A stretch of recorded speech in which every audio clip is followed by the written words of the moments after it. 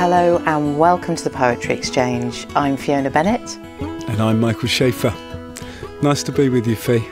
Oh, it's great to be back. It's great to be with you as much as we are with each other, as it were.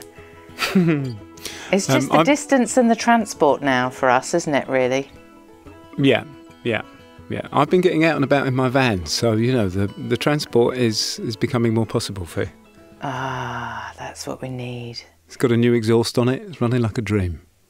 In fact, last time I saw you, you were in a field. This is true. I wasn't, but you were. That's the weird thing.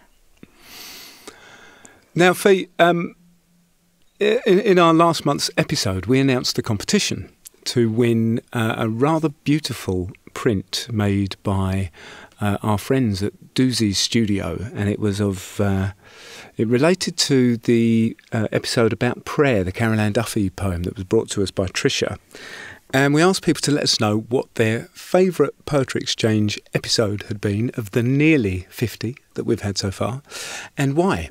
And we've had a terrific response. We've had people getting in touch with us from all over the world, from New Zealand and Portugal, as well as Britain. And were there any in particular that caught your eye, Faye? Yeah, well, it was just lovely that somebody said that their most favourite episode was Then or Now, which, as you know, is, if you like, an unusual episode for us because it's a slightly longer piece and comes from our collaboration with Ballet Black.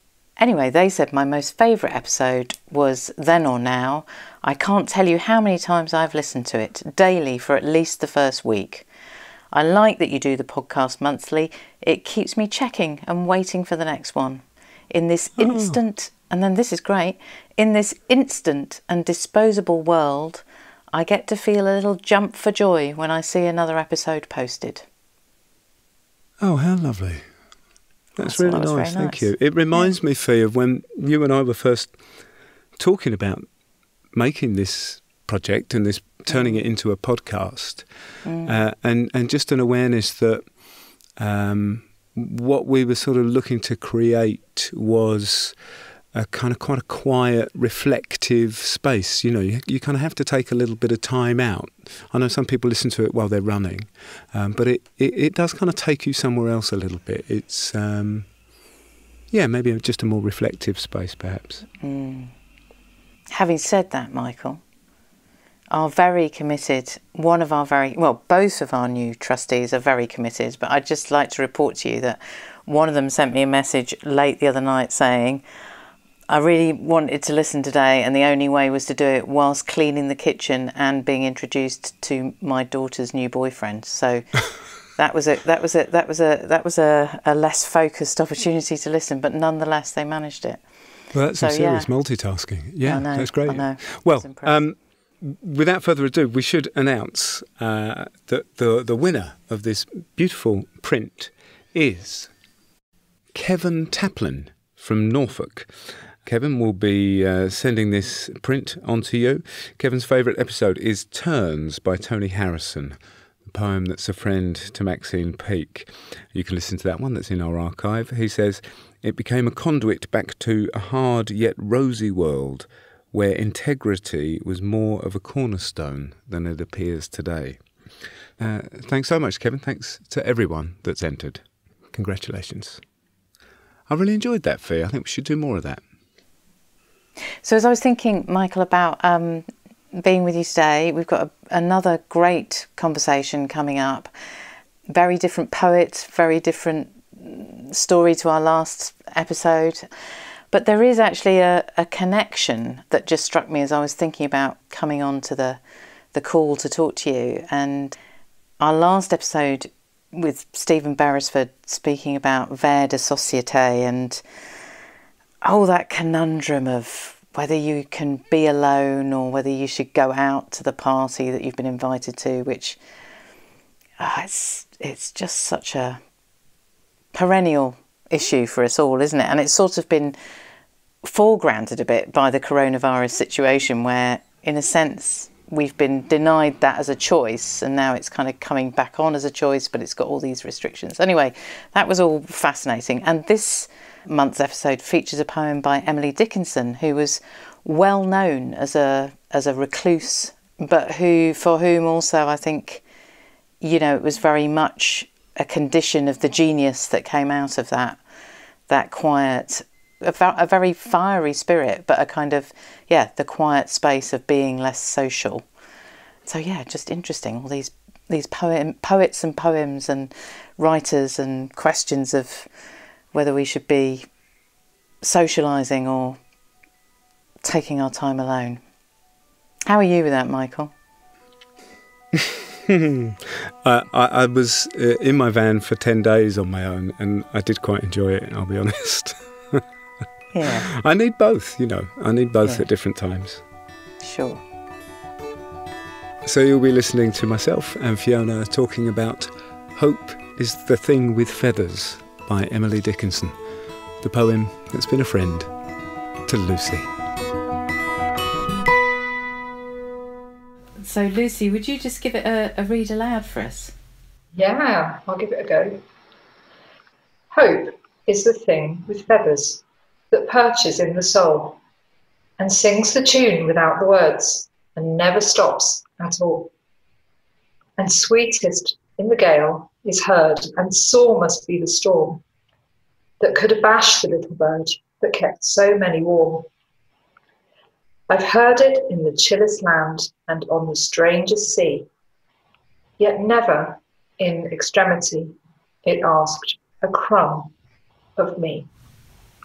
Lovely. Thank you. Thank you so much. Thank you. When did you come across this poem, Lucy? Oh, well, and actually, the reason I chose this particularly, you can see my eyes are welling up slightly. It's terrible. And so I'll explain why I'm getting a bit emotional. So I studied up in Sheffield. I studied American studies, and that's when I first came across a whole range of American poets. And the one that really spoke to me as a 20-year-old who'd previously been really into the Brontes and that kind of thing was Emily Dickinson. Her whole way of writing just really stayed with me after that. And over the years, I kind of lost touch with my poetry for the most part. I was working very, very long hours in the city and was focused on surviving mostly. And then the poem came back to me as one of the things that really helped me when I was diagnosed with cancer. And anyone who's been in the situation I was in would probably say the same thing, that it's any port in a storm. So you find out during the process of treatment what works for you and what doesn't. And I found actually I kept a journal. This was my journal when I was trying to use my words to write down my feelings about the chemotherapy, and my words had deserted me, completely deserted me. I wrote 4 pages in all the time that I was in active treatment. I could speak, but I didn't have a means of articulating what it was I was going through. This poem and a few others were hugely important to me because I could read them and feel like somebody got me. Sorry, I am a little bit emotional about it. It's fine. And I'm somebody who, I read a poem and it's very emotional, and it either elicits a response from me straight away or it doesn't. Yeah. And this was one that I remembered from my university days, and it became really precious to me during the 6 months of going through what I had to go through. Lucy, thank you so much for sharing that with us. There's an irony in what I'm about to say, which is that you've just been so incredibly articulate and eloquent and clear about that experience. So I can imagine also thinking, as you've mentioned that you're a lawyer, that language is something you usually feel very in command of. It must have been very frightening to not be able to find that, especially at a time when you're kind of wanting and needing it. Yeah, thank you. That's right. And the best thing I can liken it to when you're going through that is really being in a fog. And anyone that's had a newborn baby would probably recognise the fog. It's quite similar. And it took quite a long time for the fog to lift. And when you're in the fog, you can't think of the word. And you sit there going like this, clicking your fingers, going, oh, I can't. It's just literally the words have gone. And you're right that because I'd spent, the best part of 2 decades, and then literature and history were my real passions as a young student. And all of that had led me to want to express myself and not be able to. I feel very kind of almost shaken with the story, because we've heard from many people, obviously, stories of poems and the part they've played in their lives and stuff. But I'm not sure I've ever heard anybody recount the way the poem has literally given them words when they've been unable to access language. Isn't it funny that it's an Emily Dickinson poem? Because that's why I loved the Brontes when I was growing up as well, because these slightly eccentric, independent women who didn't quite do what they were expected to do. Lucy, tell me a bit about Emily Dickinson, because I don't know all that much about her. So, well, she was writing around the middle of the 19th century. So around the same time as the Brontes, that sort of generation. And she lived in a kind of quite an academic world. And she wasn't given the recognition in her lifetime that she probably ought to have had. She was published, I think this is right, only a couple of years after she'd died. And I find it quite amazing that something that I first got to know when I was 20, I'm more than double that now, and it still resonates with me today for completely different reasons. Can you say a bit about what it did for you at 20? I suppose as a 20-year-old, I was looking for something that I personally connected with. And this poem, Hope is the Thing with Feathers, I think that's what I responded to, was the positivity and the feeling that you've got all your future ahead of you, and to hang on to that with not quite knowing what it is. And then obviously when I was older and I'd followed a particular career track, so I'd been a very conventional lawyer and gone through and made it all the way up to partnership in the city. Congratulations. Thank you. The perspective that I then had when I got sick and then came back to my poetry and to this poem in particular, I was still finding that kind of kernel, that nugget of hope within it. I mean, I know the word is in the title, but it's the way that she describes that feeling of being hopeful and still not necessarily says things that tune without the words. So you don't necessarily have a clue what you're doing. Maybe you're in completely foreign territory and trying just to figure things out as you go. But that doesn't mean you give up hope. And I think as an older woman, I noticed the struggle in it. And I noticed almost the violence or the extremity of some of the language.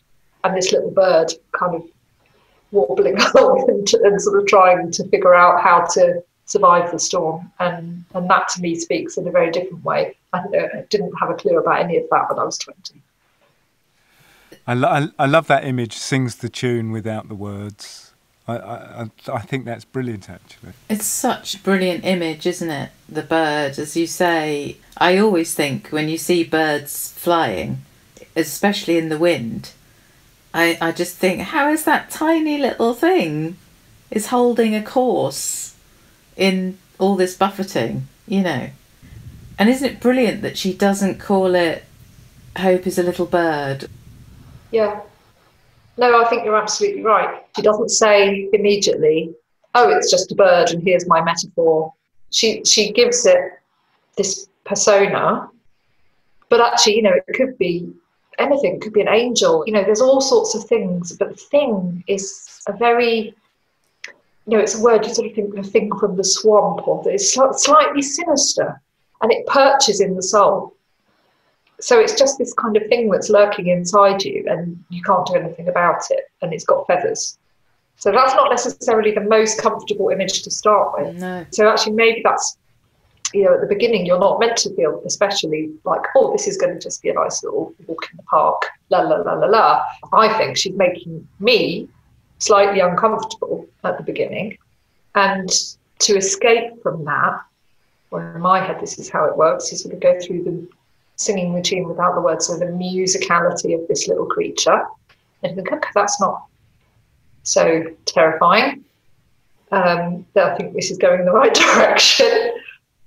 And it doesn't stop. So you've got continual access to this creature that's literally part of your soul, that's talking to you and singing to you all the time. That's just the first 4 lines. It's just incredible to me that she packs so much in there. I've sort of said, yeah, I said that too. She doesn't see the bird, but it's something indescribable almost that's within each of us, I suppose. Yeah, for me, there's really something in that, and never stops at all. The absolute surety that that this maintains and is always there. I love that about her work.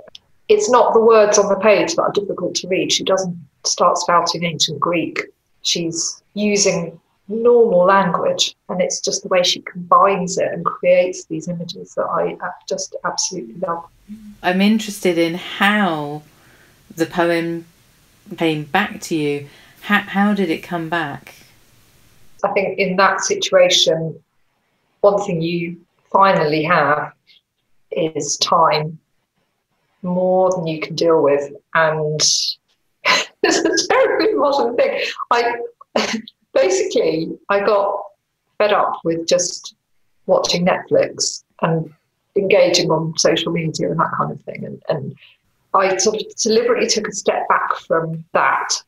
And I had a couple of anthologies that had some Emily Dickinson in them. And I found a couple on my Kindle. And I just randomly started somewhere with reading. Wonderful. As I said, like with me, it's quite often it's a kind of emotional response to something. It either speaks to me or it doesn't. And this one did.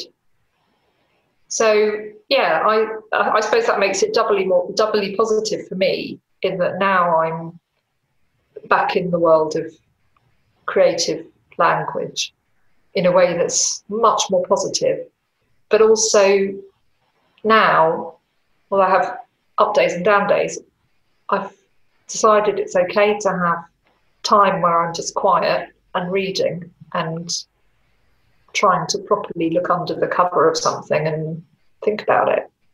And that's something that came directly from the experience of sitting there in the chemo ward with my Kindle. But how brilliant that you somehow in that context knew that was what you needed and found your route to it. I like to think it was always there. Sure. This creative side, more the sort of passionate side of me. I think 20 years of just responding to deadlines and client needs. And then when I was ill, that was suddenly not there. I sort of got to the point with my legal career where I was sort of thinking whether I wanted to go back to that or whether I wanted to move forward into a different direction. And okay, some of it has not been of my choosing. And that's something else in this piece is, the little bird, she doesn't say the little bird has got any choice about where it's going. It's designed to survive this storm. So Saw must be the storm that could have bashed the little bird. It kept so many warm.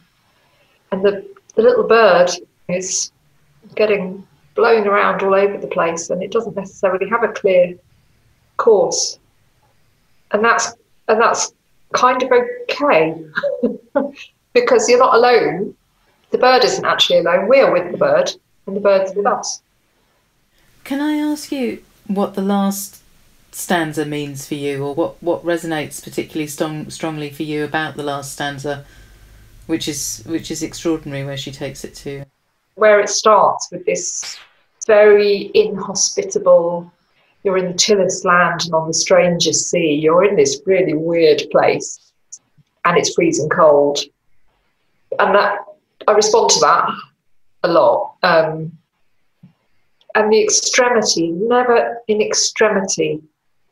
And extremity is with capital E. She does this a lot.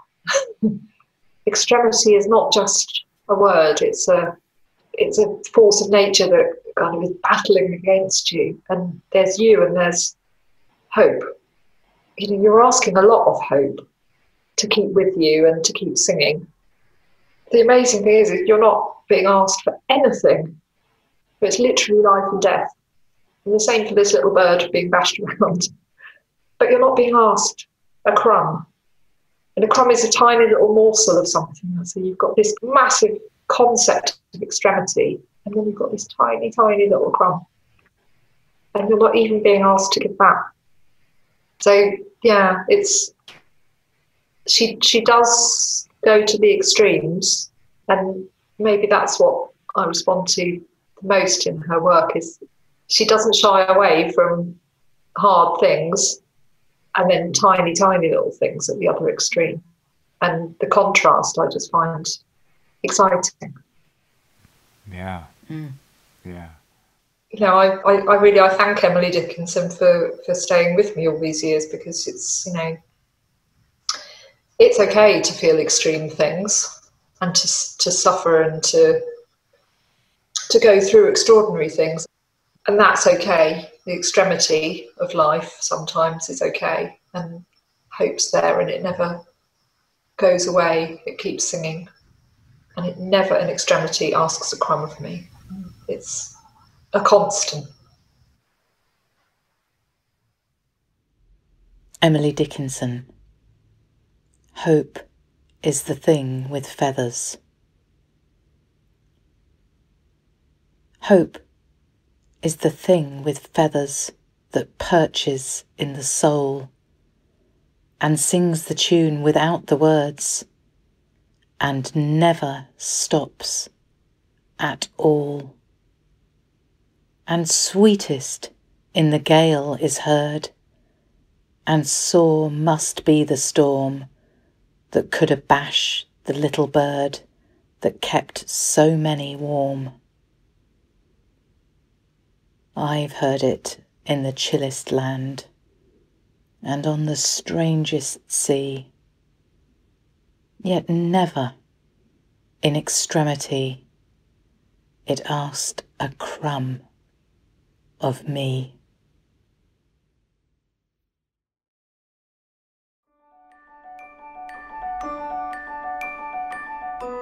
That was Fiona with the gift reading at the end there. And, of course, massive thanks to Lucy for allowing us to use the conversation.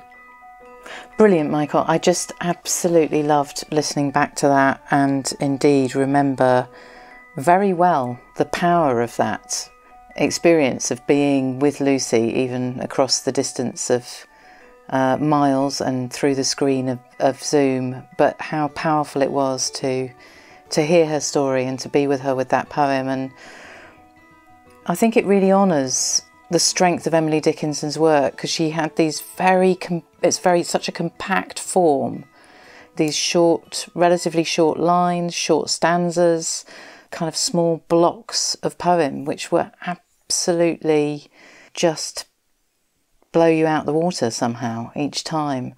And I was talking to Roy McFarlane the other day, and he gave me this brilliant quote from Emily Dickinson, which was that she said, "I know nothing in the world that has as much power as a word. Sometimes I write one and I look at it until it begins to shine." Wow, that's amazing. What a terrific quote. Yeah, it's such a great celebration of the condensed nature of the strong short poem form. And such a heartfelt connection at a time of such kind of extreme need, I suppose, you know. So, Michael, we probably shouldn't hang around too long. It's very hot and you're in your recording booth surrounded by soft materials. I'm sure you need to get out. And I'm sure our listeners have got better things to do than listen to us having a good old ramble. I did think it was just worth saying, and you know, it's that sort of August month, so I'm sure people have got lots of books by them somewhere, getting some time to read. I've got a fantastic new book I've just been given by my mum, which is a biography of Elizabeth Bishop, so I'm really looking forward to that. But yeah, we're going to be busy actually. We need to get on. We've got things to do because there'll be National Poetry Day before we know it. And all the busyness of the literature festival season that comes in September, October time. And I know that lots of our friends in those fabulous organisations who bring poetry to people in all sorts of ways and usually enjoy doing that person to person with cups of tea and all the beauty of the in-person moment, are working really hard to develop the online versions of things where they need to. So I'm sure there's going to be lots to look forward to in that season, and we'll be back with some more news of what we're up to next month. We will indeed. If you like what we do, please give us a share and a retweet and a rating on iTunes. All of that stuff really makes a difference. We'll be back with you next month with more Poems as Friends. Until then, thank you for listening.